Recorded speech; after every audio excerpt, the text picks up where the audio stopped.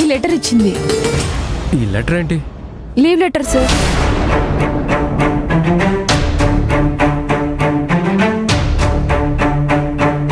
నాకు ఈరోజు సొంత పని ఉండడం వల్ల నేను కంపెనీకి రాలేకపోతున్నాను. మీకు చెప్పకపోవడం నా తప్పే. నన్ను క్షమించండి. నా జీతంలో ఒకరోజు కట్ చేసుకోండి. నేను కంపెనీకి రేపు వస్తాను. ఇట్లు ఆనంది. ఏంటి జీతంలో ఒకరోజు జీతం కట్ చేసుకోమని రాస్తుందా? ఇది పొగరు కాకపోతే ఇంకేంది మరి? కరుణాకర్, మీరు మాట తోలద్దు. లేకపోతే ఏంటి సార్, లీవ్ కావాలని రాసింది, అంతవరకు బాగానే ఉంది. కావాలంటే ఒకరోజు జీతం కట్ చేసుకోమని ఎలా రాస్తుంది సార్?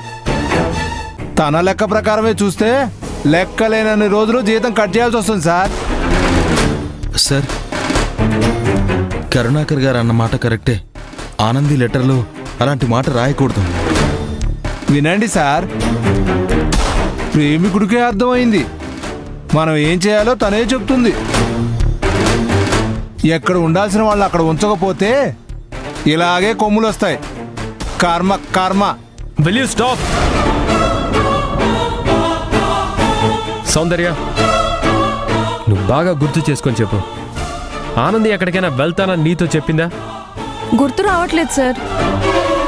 ఈ లెటర్ విషయం కూడా గట్టిగా అడితే గుర్తుకొచ్చింది.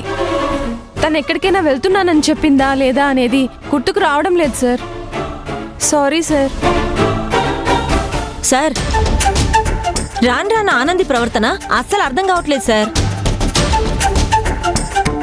ఎవరిని పలకరించదు, ఏమైనా అడిగితే 1-2 మాటలు మించి మాట్లాడదు.